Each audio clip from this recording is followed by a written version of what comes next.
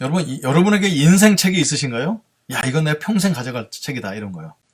저는 인생 책이 너무 많아서 버리질 못해서 집이 이제 너무 많은데, 여러분, 우리가 이제 해마다 보는 책이 있어요. 제가 사서 읽지는 않지만 요약해서 발제한 것도 듣고 영상도 보는 건데, 이런 겁니다. 트렌드 코리아 2021. 혹시 이 책 이미 사서 보신 분 계신가요? 제가 요약본도 이렇게 가족, 우리 가까운 교회 톡에 나눠드리고 했는데, 너무 이렇게 도움이 되죠. 이 시대의 트렌드를 읽게 되고 내가 뒤처지지 않는지, 나는 뭐 과연 이 시대 사람들과 얼마나 어울리고 있는지 이런 걸 보는 책입니다. 근데 이 책이 아무리 좋다 할지라도 이 책을 가지고 인생책이라고 얘기하는 사람은 없습니다. 왜? 이건 1년짜리 책이잖아요. 내년도 되면 트렌드 코리아 2022 나올 것입니다. 인생책은 이런 책이 아닐까요? 어떻게 살 것인가. 당장 눈앞에 보이는 도움은 안 되는 것 같지만 인생의 멘토 같은 책. 버리고 이게 다시 이게 뭐 알라딘에 내놓지 않는 책이죠. 어떻게 살 것인가 이런 것입니다. 그러니까 사상가들이 주는 책들은 되게 도움이 되는 것 같아요. 인생의 어려움을 당할 때마다 멘토 같은 책이죠. 베드로후서는 우리에게 이제 그런 느낌을 갖고 다가온다는 사실입니다. 베드로후서는 베드로가 자신의 죽음이 가까웠음을 인직하고 썼어요. 14절에 1장 14절에 보면 육신의 장막을 벗을 날이 곧 왔다. 이게 이제 암에 걸려서 죽는 것이 아니라 사회적 분위기를 볼 때 내가 순교당할 것이라는 걸 알고 적었습니다.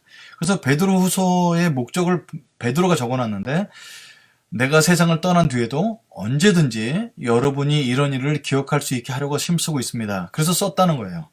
근데 지금 뭔가 굉장히 어려움이 왔죠. 기독교 안에. 그리고 베드로가 개척해놨던 수많은 교회들 안에 어려움이 와서 로마에 와 있는 베드로가 편지를 써서 내가 죽은 다음에도 여러분이 이 직을 보고서 올바른 지침이 되겠으면 좋겠습니다. 라고 쓴 게 베드로후서입니다. 죽음을 눈앞에 둔 베드로 사도는 거짓 가르침에 현혹되어 믿음을 저버릴 것이 걱정되어 편지를 썼고 자기가 죽은 이후에도 기록이 남아서 도움이 되도록 기록에 남겼던 것이 베드로후서입니다. 여러분 지금 같으면 제가 어떻게 할까요? 편지를 쓸 수도 있죠. 아니면 유튜브에 영상이 나서 누구나 다 와서 보면서 인생의 멘토 역할을, 영적인 멘토 역할을 감당할 수 있도록 쓴 것이 베드로후서입니다. 누굴 위해서 썼을까요? 네, 우리를 위해서 쓴 거예요. 그죠? 지금도 2000년 지난 우리가 이 성경책을 보면서 교훈을 받잖아요. 자, 거짓 가르침에 대한 내용이, 경고에 대한 내용이 베드로후서의 가장 핵심되는 내용이 되겠습니다. 그럼 이런 질문이 생깁니다. 당시 무슨 잘못된 가르침이 있었을까? 거죠. 지금도 그 잘못된 가르침에 영향이 있을까? 이런 생각을 좀 가져봅니다. 또 어떤 것이 있을까요? 어떤 질문이 있을까요? 예. 지금 이 시대에 우리가 현혹되기 쉬운 잘못된 가르침은 무엇이 있을까? 왜 잘못된 가르침을 전하는 사람이 있을까? 할 일이 없나? 왜 잘못된 가르침을 이렇게 목숨 걸고 전하는 사람이 있을까요? 또 그 잘못에 왜 현혹되는 걸까요? 우리 가끔 보잖아요. 이단에 간 사람들. 그 저기 보면 정상이 아닌데 왜 저기 갔지? 10만 명 넘는 사람들 왜 저기 갔지? 잘못된 것에 현혹된 이유가 있죠. 그럼 우리는 어떻게 살아야 될까요? 오늘 설교 제목이 오늘 밤까지만 살도록 사는 것처럼 살라. 그러나 영원히 살라. 이것이 이제 베드로후서 어쩌면 성경이 가르친 전체 가르침이 아닐까 이런 생각을 가져봅니다. 자, 내용 좀 들어가 보겠습니다. 그 당시에 거짓 가르침은 많았죠. 이런 겁니다. 주를 부인했어요. 예수님을. 그러니까 우리는 쉽게 생각할 때 예수님 부인하는 것이 이렇게 잘못된 가르침 금방 알잖아요. 근데 예수님이 주라고 고백하지 않는 정도가 아니라 약간 많이 바꿔놓는 거죠. 예수님이 이 땅에 오시긴 오셨어. 그런데 영으로 오셨어. 그래서 우리가 사실은 예수님은 육신을 입고 온 것이 아니야. 그렇기 때문에 그가 유혹을 견딜 수가 있었던 거야. 육신은 연약한데 어떻게 하나님인 아들이 육신에 죄악된 몸에 올 수가 있어. 그래서 예수님의 신성을 부인하거나 인성을 부인하거나 여러 가지 것들 부인해서 예수님이 온전한 주가 되지 못하도록 하는 가르침이죠. 지금도 이런 이단은 많습니다. 그죠? 여호와의 증인 같은 경우는 예수님의 신성을 부인하죠. 예수라는 분은 되게 좋으신 분이야. 근데 그는 인간 중에 뛰어난 분이지 하나님은 아니죠. 이렇게 부인하는 거예요. 그러니까 예수님의 온전함을 부인하지 않는 것이 그들이 갖고 있던 가르침이었고요. 근데 그를 가르치는 사람들이 호색을 했어요. 이건 좀 이따 살펴보겠습니다만 그럴 수밖에 없어요. 예수님의 인성을 부인하고 살았던 사람들은 굉장히 음란했습니다. 이걸 아주 대놓고 음란했어요. 자, 그러면 지금의 이단들은 이렇게 호색하지 않을 이단이 있을 수 있죠? 자기 아성을 썼습니다. 절대 권력. 자기 말 외에는 떠나서 살지 못하게 만들다든지 아니면 아주 대놓고 돈을 추구합니다. 그러니까 항상 이 이단들이 갖고 있는 특징은 처음엔 다 그렇다게 보이지만 여자 문제나 아니면 돈에 걸리거나 아니면 그 사람의 아성을 쌓는 데 씁니다. 그러니까 우리가 이단의 끝은 그런 모습을 보여주고 있죠. 그래서 교회가 이런 모습에서 좀 벗어나야 된다 이런 생각을 좀 가져봅니다. 그리고 진리의 도가 그들로 인해서 비방받습니다. 하나님을 온전히 쫓고자 하는 사람들이 비방을 받아요. 지금 뭐 코로나 사태 가운데 지멋대로 행동하는 교회들 때문에 기독교가 완전히 위축되죠. 여러분 예전에 팬데믹이 왔을 때는 팬데믹을 통해서 기독교가 부흥됐어요. 왜? 올바로 그 팬데믹에 대응을 했기 때문에 야, 저 사람들은 저런 가운데도 어떻게 이웃을 사랑해? 저게 진짜 종교구나 하고 사람들 기독교에 돌아왔는데 지금은 이 팬데믹 가운데 비방을 받죠. 이게 이제 거짓 가르침을 가르치는 사람들에 대한 태도를 이미 얘기해주고 있습니다. 그들이 또 했던 것은 뭐냐면 예수님이 다시 오시면 없다는 주장했던 것입니다. 봐, 언제 어떻게 와? 예수님의 재림은 없어. 지금 있는 대로 살아. 이것이 그들의 가르침이었습니다. 그리고 그들의 자신들의 이론을 뒷받침하기 위해서 말을 지어냅니다. 여러분 그래서 여기 성경 공부에 가장 큰 원리가 나와 있는데요. 어떤 거냐면 성경 말씀을 보면요. 성경 말씀을 우리가 쪼개는 게 아니에요. 여러분 성경 말씀을 기가 막히게 쪼개는 데 가시면 안 됩니다. 왜? 성경 말씀을 통해서 우리가 쪼개져야 되는 거지 우리가 성경을 쪼갤 수는 없어요. 그러니까 이 성경을 보는데 우리의 유혹이 뭐가 있냐면 애매하게 이해가 안 되는 데가 있어요. 여기는 이렇게 얘기하는 것 같은데 여기는 이렇게 얘기해서 상호 충돌되는 것 같은 것을 막 기가 막히게 설명해서 충돌되지 않게끔 설명하려면요. 극단으로 가야 됩니다. 그래서 자신들이 이 성경 공부의 가장 잘못된 방법이 뭐냐면 내가 이런 것들을 원하는데 원하는 것에 맞는 성경 구절을 뽑아서 자기를 뒷받침하는 것이 이단입니다.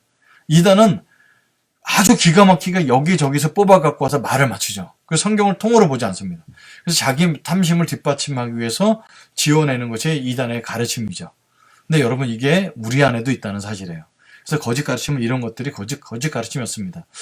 여러분 이 거짓 가르침이 왜 존재할까요? 자기 편의 때문에 존재할 수도 있죠. 근데 2장 4절과 5절에 보면 베드로후서에 보면 이 거짓 가르침은 옛부터 전해오는 악의 뿌리라고 우리에게 말씀해주고 있습니다. 어디 있을까요? 아담에게 접근한 사탄의 가르침이 있었다는 것입니다. 사탄이 뭐라고 얘기했어요? 너희가 그것을 먹는 날에는 너희 눈이 밝아져 하나님과 같이 되어 선악을 알 줄 하나님이 아심이라. 자, 창세기 3장 5절입니다. 하와를 꼬실 때 아주 결정적인 말을 했어요. 너희 그거 못 먹겠지? 왜? 그것을 먹게 되면 너희 눈이 밝아져서 지식이 생겨서 선악을 너희들이 알게 되면 하나님과 같이 될까봐 그런 거야. 여러분 이것이 모든 이단과 모든 잘못된 가르침의 뿌리예요. 여러분 여기에 어떤 내용이 들어있나요? 첫 번째로는 하나님의 성품을 의심하게 만듭니다. 이제 하나님이 우리를 속이고 있다. 이런 의심을 갖게 하는 거죠. 하나님이 정말 좋으신 분이라면 이런 일이 발생할까? 하나님도 뭔가 캥기는 게 있는 거야. 우리를 속이고 있다는 것을 깔고 있고요. 그렇기 때문에 뭘 우리한테 암시해 주냐면 더 좋은 세계가 있다는 걸 알려주는 거죠. 너희 그 선악과를 따먹었을 때 눈이 밝아지면 더 좋은 세계에 들어갈 거야. 여러분 이게 우리 기독교 신앙이 갖고 있는 도전이 아닐까요? 지금도? 우리가 꼭 왜 이렇게 살아야 돼? 기독교 1세기 때 수많은 사람들이 순교하고 있죠. 그걸 보면서 이게 과연 하나님 믿는 세계일까? 더 좋은 세계가 있지 않을까? 그래서 더 좋은 세계에 대한 유토피아를 우리가 만들어내고 거기에 성경 구절을 갖다가 끼워 맞추는 것이 이단이 하는 것이고 사단이 하는 것이었습니다. 여러분 더 좋은 세계라는 건 없어요. 예수님이 함께 하시는 그 생에 하나님의 나라에 들어가 있는 우리들의 삶, 예수 그리스도 앞에 나갈 수 있어서 예배 드릴 수 있는 이 삶이 가장 베스트의 삶입니다. 그리고 이 더 좋은 세계는 항상 우리에게 뭘 유혹해 주냐면 내가 삶의 주인이야. 내가 원하는 대로 살아. 이게 우리에게 주는 최고의 메시지가 아닐까 생각 들어요. 지금 너가 원하는 것이야. 그죠? 그래서 여기에 미혹되는 것이에요. 지금도 이 싸움은 계속되고 있습니다. 우리로 하여금 하나님을 떠나 내가 주인 돼서 살고서 행복을 잠시 누려. 근데 이 끝은 망하게 되는 것입니다. 그죠? 아담과 하와가 선악과를 따먹었을 때 부끄러움도 알고 내가 내 자존심도 새기게 되고 그렇게 살죠. 임시 동안에. 지난주에 나눴던 안내 까레리라에서도 불륜 세계에 들어간 사람은 아주 잠시 동안 행복합니다. 거기 달콤함이 있어요. 여러분 술 먹고 살았던 사람들 뭐 술을 한두 잔 먹는 자체로 뭐 지옥 가고 그런 건 전혀 아니죠. 하나님이 우리 기쁨을 위해서 주신 건 사실인데 거기에 찌들어 살고 있는 사람들, 마약하는 사람들 왜 하냐면 거기에 판타지가 있거든요. 근데 결국은 사망으로 가게 한다는 것이죠. 여기까지 얘기해 주지 않는다는 거예요. 거짓 가르침의 끝은 우리를 망하게 하는 것입니다. 근데 거짓 가르침에는 우리를 현혹하는 것이 있어요. 우리를 속이고 하나님에 대한 성품을 속이고 우리를 더 좋은 세계가 있다고 자꾸 속이고 그리고 내 삶에 내가 주인이 돼서 살게 만드는 것이 거짓 가르침의 뿌리가 됩니다. 당시 거짓 가르침의 대표적인 게 이제 우리가 뭐 영지주의라고 얘기합니다. 기독교 역사를 보면 이거 지금까지 따라오는데 뭐 영지주의에 대해서는 설명을 많이 했죠. 근데 그렇죠. 뭐 그래도 우리가 또 반복적으로 또 배워야 되니까 우리를 구원을 시켜주는 것은 믿음이 아니라 지식을 통해서 구원을 얻는다는 게 영지주의예요. 알지자잖아요. 그노시즘이라는 거예요. 특별한 지식. 그러니까 이건 똑같아요. 선악도 뭐냐면 선과 악을 알게 하는 지식을 갖게 하는 지식이에요. 하나님은 우리에게 지혜를 주신 분이지 지식을 알려주시는 게 아니거든요. 여러분 우리가 지식을 안다고 해서 구원받는 것이 아닙니다. 근데 특별한 지식이 있다. 그것을 알아야 구원받을 수 있다. 영적인 지식이다. 그게 영지주의입니다. 영지주의의 핵심은요. 이원론입니다. 그래서 영에 대한 특별한 가르침을 알아야 되는데 결국은 뭐냐면 육체는 악화한다는 거예요. 그래서 이 둘을 분리해서 만든 것이 이원론이고 거기에 핵심이 이제 영지주의입니다. 자, 이게 뭐가 문제냐면 육체가 죄 짓는 것은 영혼에 영향을 주지 않는다는 이론까지 끌어냅니다. 여러분 지난 주간 어떻게 사셨어요? 죄를 또 짓죠. 우리 연약하니까. 근데 죄책감이 시들릴 필요가 없어. 왜? 육신이 갖고 있는 그 육신의 죄는 영혼까지 영향을 주지 않아. 그렇기 때문에 여러분 이게 영혼과 육체가 분리되기 시작하면 사람들이 지멋대로 살겠죠. 그 향락주의를 불러오는 거예요. 그래서 굉장히 음란하게 삽니다. 그런데 하나님 믿는다고 그래요. 왜? 이들이 갖고 있는 지식이 이들을 망쳤기 때문에 그렇죠. 예수를 믿는데 삶은 아주 형편이 없었어요. 삶의 구원에 영향을 미치지 않기 때문에 가르쳤기 때문에 그렇습니다. 근데 이들의 가르침에 파고 들어올 수 있는 여지가 있어요. 왜냐하면 우리가 이렇게 미혹당하기 때문에 그래요. 여러분 구원은 우리의 행위의 결과가 받는 것이 아니죠. 우리 그렇게 배웠어요. 여러분의 행위의 결과로 구원받는 것이 아닙니다. 에베소 2장 8절 9절에 얘기해주고 있습니다.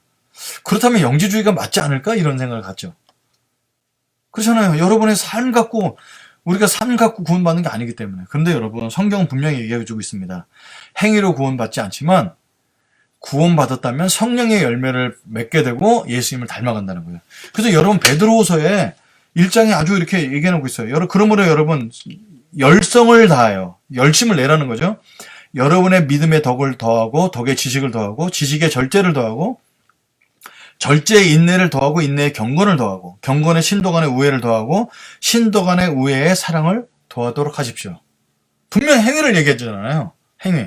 이게 행위가 아니라고 막 떼쓸 수가 없어요. 왜냐하면 열심을 내야 되기 때문에 여러분 이게 무슨 특별한 이렇게 액팅을 하는 구체적인 행위라고 얘기해주지 않지만 형제를 사랑하면 행위가 나올 수밖에 없죠. 그러니까 기독교가 행위와 상관이 없다고 얘기하는 건 거짓말입니다.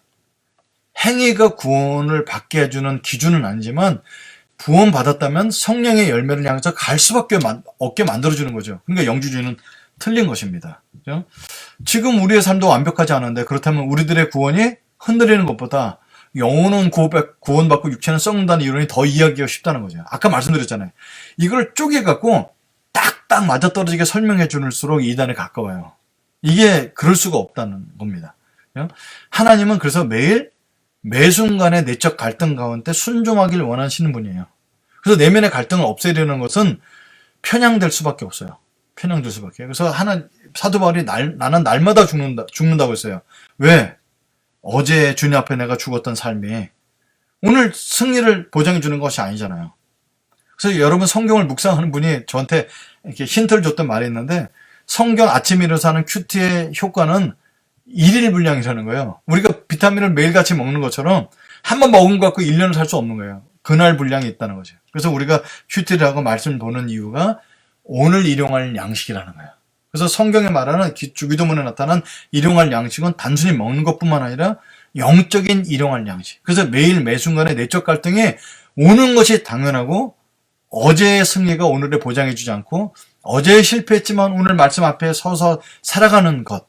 그것이 날마다 주님 앞에 살아가는 날마다 죽는 삶인 거죠. 근데 이 영지주의자들은 그 갈등을 없앴어요. 마음껏 살아. 그거는 우리 영혼에 영향 주지 않아. 얼마나 편합니까? 그러니까 성경을 자기가 원하는 것에 쌓아서 감싸서 그렇게 나가는 것이 이단의 잘못된 가르침입니다. 이들이 원하는 거였어요. 쾌락도 즐기고 구원도 베푸는 종교가 훨씬 돋자는 거 아니에요. 그걸 말하는 거 아니에요. 그러니까 미혹당하는 가장 큰 원인이 여기 있어요. 내가 원하는 종교 기준을 찾아다니는 사람은 미혹당하기 쉽습니다. 자, 여러분, 이게 미혹당하는 게 꼭 어떻게 신앙적으로 나태한 사람만 그런 것이 아닙니다. 예전에 저랑 같이 신앙생활하다 엘리야라든지 뭐 이런 이단에 간 사람들이 있어요. 이 사람들은요, 극한 열정이 있어요. 왜? 지금 삶이 만족이 안 돼요. 오늘 예배드리고 성령 충만을 살고 다른 사람에게 전도를 하고 잘 살았는데 집에 가서 앉아있으니까 자기의 삶을 보면 허무해. 여러분 그렇거든요. 제가 전에 한번 말씀드렸죠. 저는 주일날 성령 충만한 말씀 전하고 월요일날 이렇게 아무렇지 않게 영적 생활에 관심이 없는 나를 보면서 내가 과연 구원받았는가를 묻게 돼요. 왜 그렇게 살까요, 제가? 믿음이 부족해서요? 그럴 수 있죠. 그런데 우리는 이중국적자라고 그랬잖아요. 하나님 나라에 속해서 살져 있지만 동시에 우리는 이 땅에 살기 때문에 이거에 대한 갈증은 영원한 건데 이것을 완전히 없애려는 사람도 있어요. 극한 열정. 그래서 막 전 재산을 가지고 어디에 막 들어가는 거죠.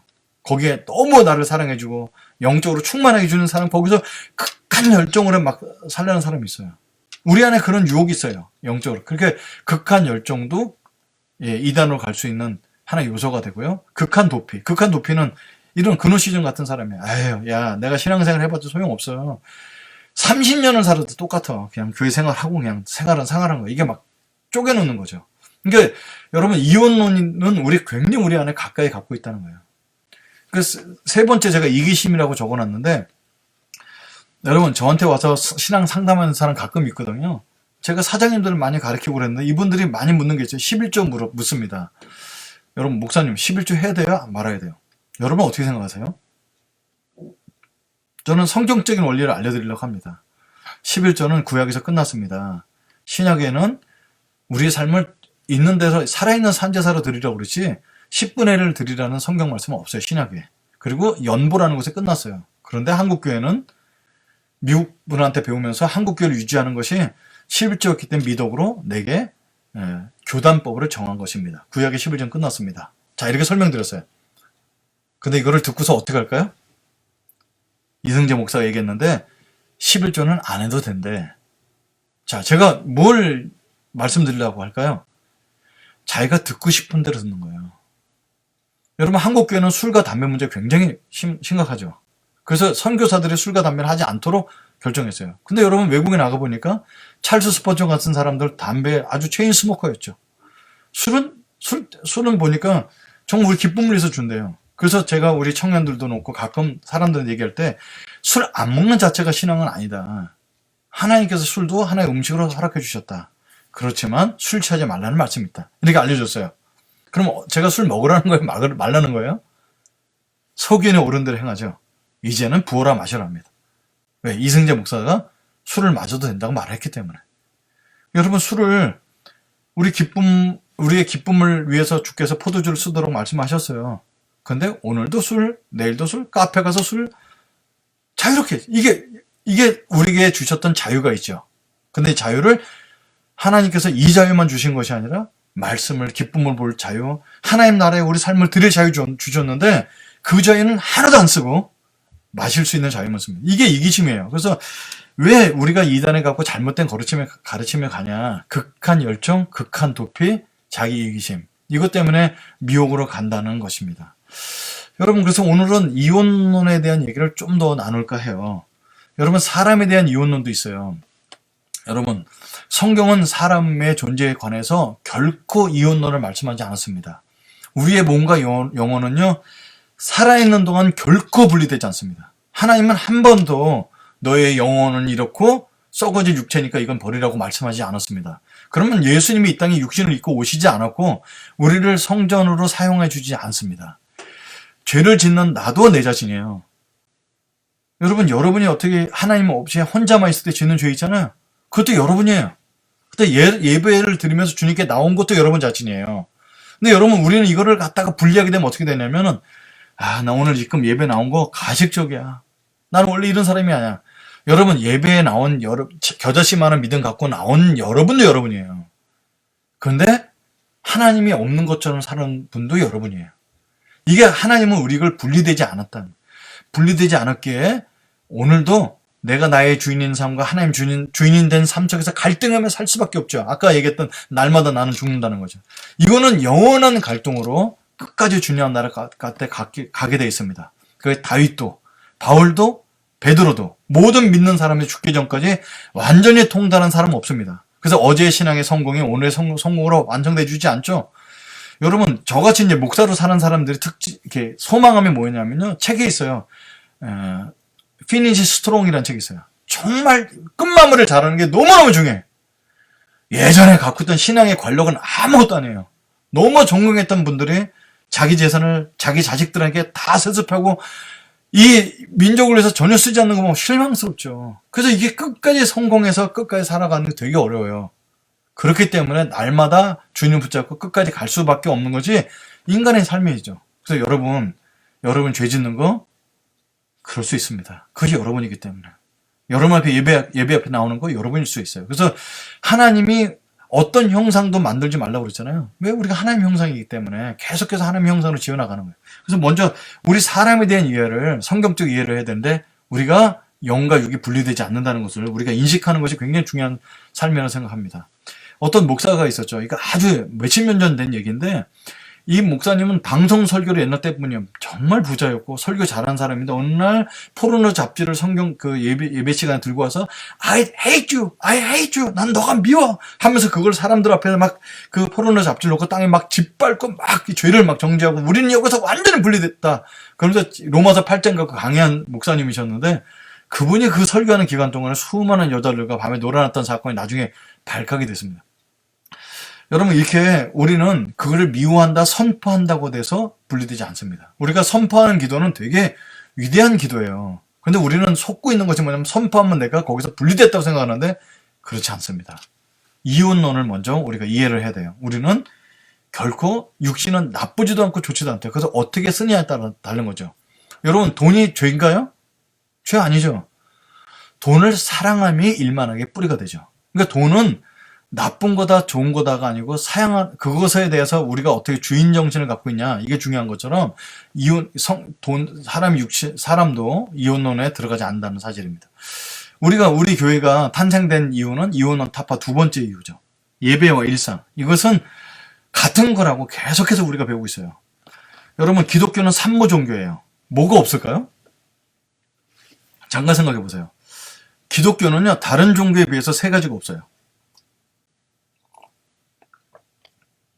뭐가 없을까요? 첫 번째 없는 게 뭐냐면요. 형상이 없습니다.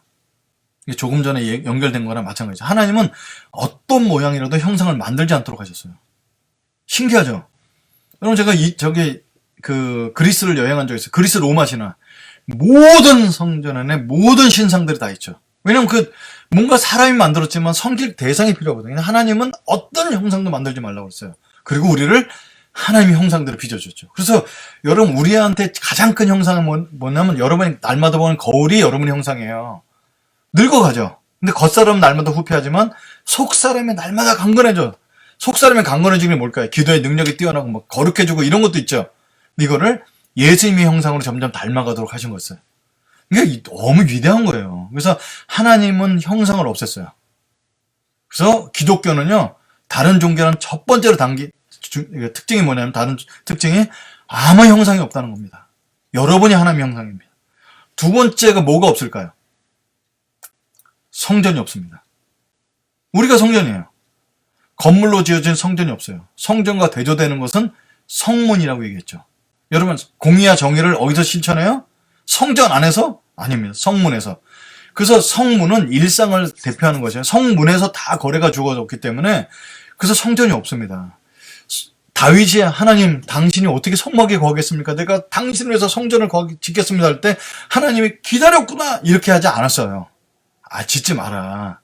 그런데 하늘의 하늘이라도 당신이 계실 곳이 이것이 아닙니다. 내 상징적으로 짓겠습니다 했는데 나중에 성전이 문제가 됐어요. 그래서 성전이 없습니다. 하나님을 믿는 우리는 우리 자신이 성전이기 때문에 성전이 없어요. 그러니까 여러분 교회 건물은 예배당이지 성전 아닙니다. 근데 그거를 우리가 모여서 거룩하게 예배 드린다 해서 성전이라고 불러줄 뿐이지 하나님은 우리를 성전 삼아 주셨고 우리 일상에서 흩어져 살아가는 그 삶을 교회로 삼으셨다는 겁니다. 또 하나 없는 것이 있어요. 뭐가 없을까요? 잠시 뜸을 들이죠. 뭐가 없냐면요. 성직자가 없습니다. 우리 모두가 왕같은 제사장이에요. 목사 성직자 아니죠. 목사는 말씀을 강의하는 것을 전문적으로 배운 전문직이라고 저는 생각합니다. 그래서 아무나 이건 조금 비유를 하자면 자격증 같은 거예요. 여러분 장로교 쪽에는 강도사라는 게 있어요. 저는 그 이름 너무 웃겼어요. 웬 강도야. 이름도 안 좋은. 도는 말씀 도자잖아요. 말씀을 강해할 수 있는 사람이 강도사예요. 그래서 강도사는 어떻게 되냐면 헬라 히브리어를 보고서 이거를 보고서 원어의 뜻에 맞게 점점 해석하고 번역본을 비교해보면서 전후 문맥을 보고 그 당시에 신학적인 공부에서 가르칠 수 있는 전문직이 목사입니다. 물론 기도도 더 하고 말씀 더 보니까 하나님 뜻을 좀 더 분별할 수 있어서 상담도 하고 할 수 있죠. 근데 이것이 하나님과 연결시켜주는 중보자 같은 성직자는 아니라는 거예요. 중보자 되시는 유일한 분은 예수 그리스도밖에 없습니다. 근데 기독교는 산모종교예요. 왜 산모종교일까요? 예배와 삶이 그게 분리되지 않았기 때문에 이론론이에요. 우리는 하나라는 거예요. 그렇기 때문에 이런 산모종교입니다. 하나님은 성과 속을 따로 분리하지 않고 그 속에 다 담아두었습니다. 여러분 이런 것이 정립이 되지 않았죠? 그러니까 서신을 쓴 겁니다. 그렇죠? 여러분 좌로나 우로나 치우치지 말라는 얘기를 이건 무슨 정치 얘기가 아닙니다. 좌로나 우로나 치우치지 말라는 얘기를 해석하기가 되게 어려운 부분인데 저는 둘 중에 하나를 정하게 되면 종속되는 거. 그래서 편안해 하는 거. 그래서 여러분 정말 이단으로 가기 쉽고 사람 모기 쉬운 게 그거예요. 제가 여러분이 같이 만날 때 너 기도해주고 너 구원 받았어. 넌 못 받았어. 더 열심히 해. 이렇게 정확히 얘기해 주는 거를 훨씬 더 사람들이 편하게 생각한다는 거예요. 뭐 기회 되면 여러분과 영어 하나 나눌까 싶은데 그 독일 나치의 사람들이 목숨을 걸었던 이유가 있어요. 왜냐하면 사람의 존재는 방향성과 목적이 없이 그냥 살아가는 걸 너무너무 힘들어한다는 거예요. 아닌데요. 저는 편안하게 좋은데 편안한 자체가 목적이에요. 일을 안 하고 그냥 건물주가 돼서 편안하게 먹고 살라는 게 목적이에요. 그런 목적이라도 있어야 되는 게 인간이에요. 근데 그 목적은요. 사람이 정해주는 것이 아니고 하나님의 영광을 위해서 살아야 되는데 하나님의 영광을 이렇게 간단하게 이거 해라 저거 해라 되지 않는다는 거예요. 여러분 예배 드리세요. 그게 하나님의 영광이에요. 여러분 예배에 목숨을 걸은 이유가 뭐냐면 그걸 통해서 더 큰 복을 받으려고. 이렇게 되면 좌로나 우로나 치우치게 되는 게 되죠. 그래서 하나님은 둘 중에 하나를 정해서 편안하게 살도록 하지 않고 갈등 속에 계속해서 살게 하신다는 거예요. 주님 의지하게 살아서. 그 좌우로나 우로나 치우치지 말라고 하셨거든요. 구원 받았다 못 받았다도 우리가 말할 수 없어요. 여러분 아까 얘기했잖아요. 많은 사람들 속에 지금 우리 잘못된 신학 중에 가장 한 100년쯤 뒤에 지탄받을 때 구원에 받은 것이에요. 여러분 우리가 구원받은 걸 알 수 있을까요? 알 수도 있고 알 수 없기도 합니다. 왜 내가 구원받은 거 어떻게 알 수 있을까요? 하나님에 대한 인식을 하고 주님께 계속 나가고 예배 없이 살아갈 수 없다는 내 자신을 알기 때문에 내가 주님의 보혈이 필요한 사람이라는 깨닫고 있는 사실 자체가 구원받은 사람의 삶의 태도죠. 그래서 요한일서 5장에는 너희는 이미 구원받은 사람들이야. 이 말씀 듣고 살아나오는 사람이기 때문에. 그렇지만 어떤 사람은 반복적으로 계속해서 죄를 짓고 하나님 없이 전혀 살면서 구원받았다고 생각하는 거예요. 왜 너가 구원받은지 알 수 있어? 나 옛날 때 영접기도 했거든. 이건 구원받았다 할 수 없죠. 그러니까 이게 구원받았다 못 받았다를 정확히 얘기해 준 종교가 있죠.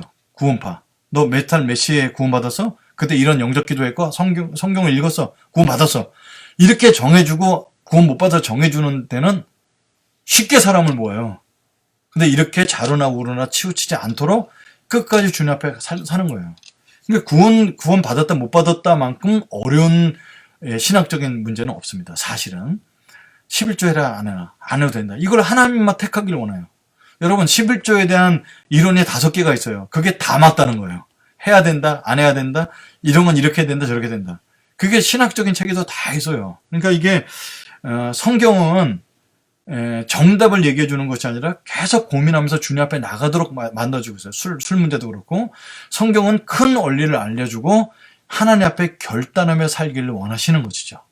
여러분 독일 가면은 맥주를 마시는 기독교파도 있고요. 전혀 알코올은 되지 않는 사람들 둘 다 맞아요. 그죠? 그러니까 사람은 좋은 것만 선택해서 살도록 하지 않도록 하셨어요. 하나님 앞에 하나님 나라 앞에 살도록 계속해서 살게 해주는 거죠. 그 성경 큰 원리를 알려주신다는 것을 여러분과 좀 나누고 싶습니다. 그래서 성경은요 이렇게 기준을 얘기해 주시고 있습니다. 지금도 우리가 편안함을 따라 성경을 해석하고자 하는 유혹이 있죠. 근데 성경은 어떻게 말씀하고 있냐면 고린도전서 10장 23절 24절입니다. 같이 한번 읽어볼까요? 시작. 모든 것이 가하나 모든 것이 유익한 것이 아니니 모든 것이 가하나 모든 것이 덕을 세우는 것이 아니니 누구든지 자기의 유익을 구치 말고 남의 유익을 구하라. 여러분 그러니까 목사가 딱딱 정해주지 않죠. 우리 교회는 특별히 안 정해주니까 예전에 막 정해줬던 교회 나갔던 청년이 와서 저한테 뭐라 그러냐면 목사님 설교는 너무 어려워요 그러는 거예요. 왜? 정해주지 않으니까. 근데 여러분 좀 제가 정해줄까요? 이런 거예요. 여러분 회식 자리에서 상사가 따라주는 술 한 잔에 그걸 막 신앙처럼 지키는 거 그거 좋은 신앙입니다. 근데 그것이 진짜 목적의 신앙의 목적이 아니고 여러분이 거기서 빛과 소금을 감당할 수 있는데 사용될 수 있도록 하세요. 그런데 교인들끼리 모여서 부어라 마셔라는 절대 허락하지 않습니다. 최소한에 해주는 어떤 그런 기준이죠. 그게 다른 사람의 덕이 되지 않기 때문에. 그죠? 누군가가 내가 술 한잔 하는 것 때문에 다른 사람이 시험 들면 하지 마세요. 왜 하나님 성경에 자기 유익을 따라 구하지 말고 남의 유익을 구하라고 기준을 말씀해 주셨잖아요. 그죠? 그런 부분 속에서 우리가 살아가야 되는 삶은 뭘 먹어다, 안 된다, 해라, 안 해라가 아니라 하나님의 영광과 다른 사람의 덕이 되는 기준으로 말씀하셨어요. 이 덕의 기준은 자기가 갖고 있는 거죠. 그러니까 성경은 딱 부러지게 얘기하는 것이 아니라 늘 하나님 앞에 물으면서 갈등 가운데 날마다 자기 자신을 죽이면서 할 수 있도록 됐다는 것입니다. 재림에 대해서도 말씀하고 계십니다.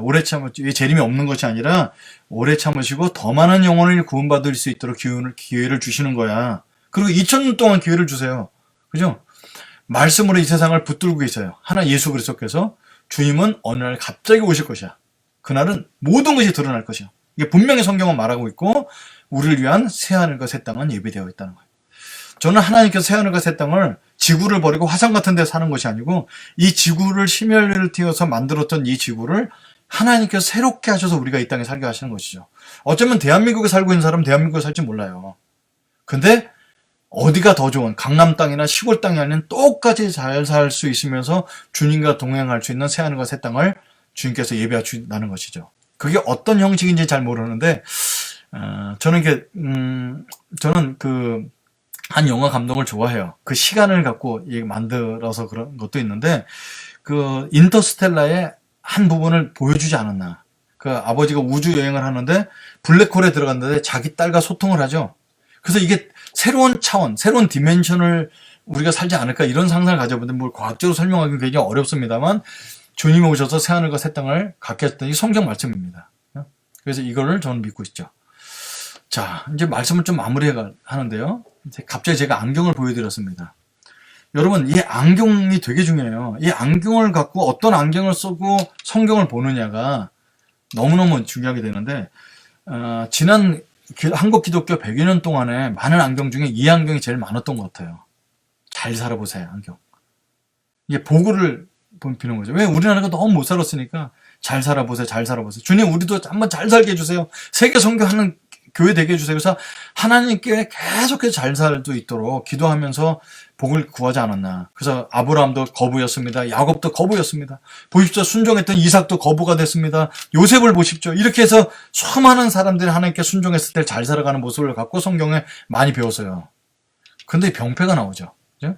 그래서 지금은 정말 절대 빈곤에선 벗어난 것 같습니다. 저는 우리나라의 예산을 쓰는 거 보고 나서 와, 대단하다.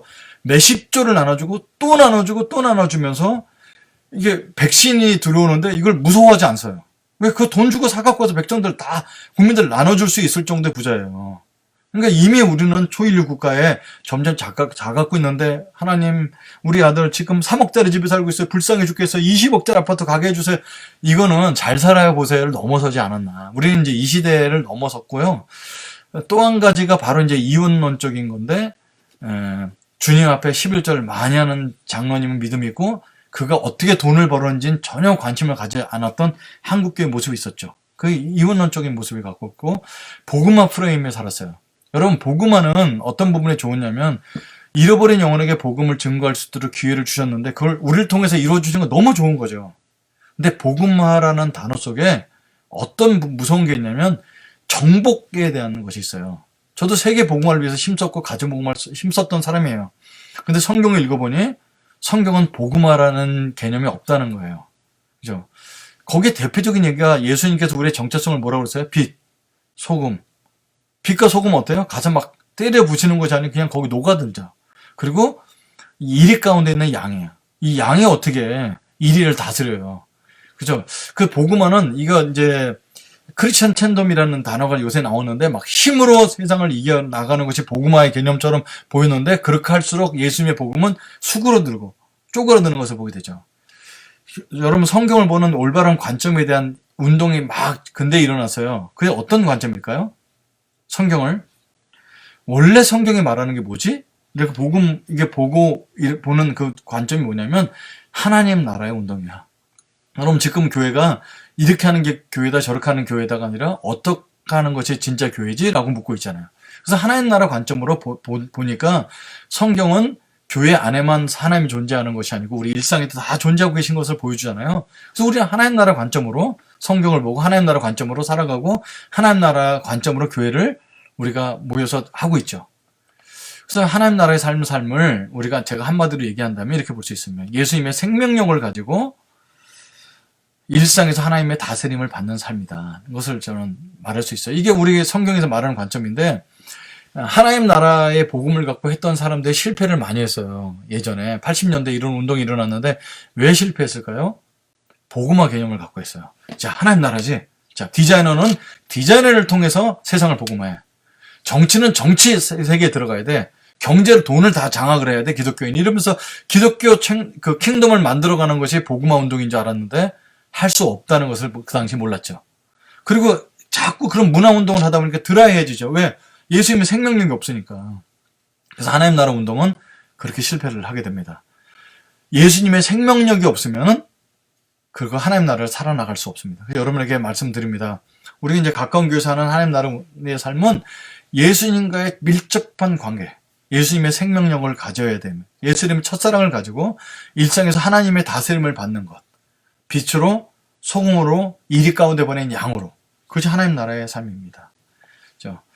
저는 여러분에게 이게 제 신학적인 책인데, 이렇게 하나님 나라를 위해서 사는 사람들 좀 보상이 있어야 되지 않겠냐는 거예요. 십자가에 달려 죽고 순교해서 죽으면 끝이야. 제가 여러분에게 참 그런 게 마음이 아파서 보상을 연구 많이 했어요. 제가 만들어낸 신학인지 모르겠지만 보상 신학이라고 좀 만들고 싶어요. 예수님 믿고 따르는 사람이 보상이 뭐가 있을까요? 그렇게 따랐던 사람의 보상이 하나님을 함께 하고 믿고 있는 삶 자체가 보상이라는 거예요. 여러분, 지난주에 안나 얘기, 까레나 얘기했는데 그들이 왜 무너졌어요? 불륜을 통해서 무너졌죠. 누가 법적 고성을 하거나 미투 운동 때문에 무너진 게 아니라 그들 스스로 무너지죠. 이게 저는 톨스토이가 참 이렇게 대단한 영성가라 이런 생각이 들어요. 뭔가 인생에 통달한 사람. 여러분, 하나님을 안 믿는 자체가 지옥 가기 때문에 멸망당하는 것이 아니고 하나님 없이 사는 그 삶 자체가 이미 정죄받은 삶. 그렇다면 하나님이 함께 하시면 믿고 사는 삶 자체가 그 자체가 보상이라는 거죠. 내가 안